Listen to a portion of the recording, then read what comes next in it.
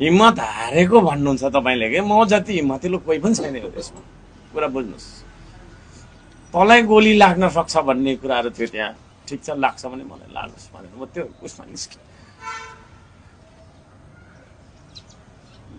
सबै मान्छे लुकिरहेको थियो नेता बनाउँदा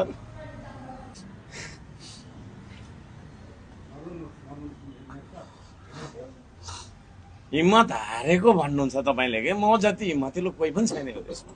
कुरा बुझ्नुस् तँलाई गोली लाग्न सक्छ भन्ने कुराहरु थियो त्यहाँ ठीक छ लाग्छ भने मलाई लागोस् भनेर म त्यो उसमा निस्के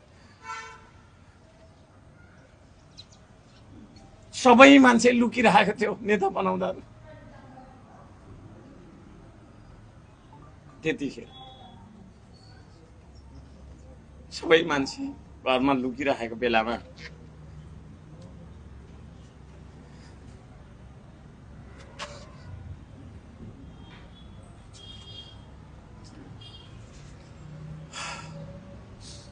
यो देशलाई बचाउनका लागि द्वन्द्वनिष्ठ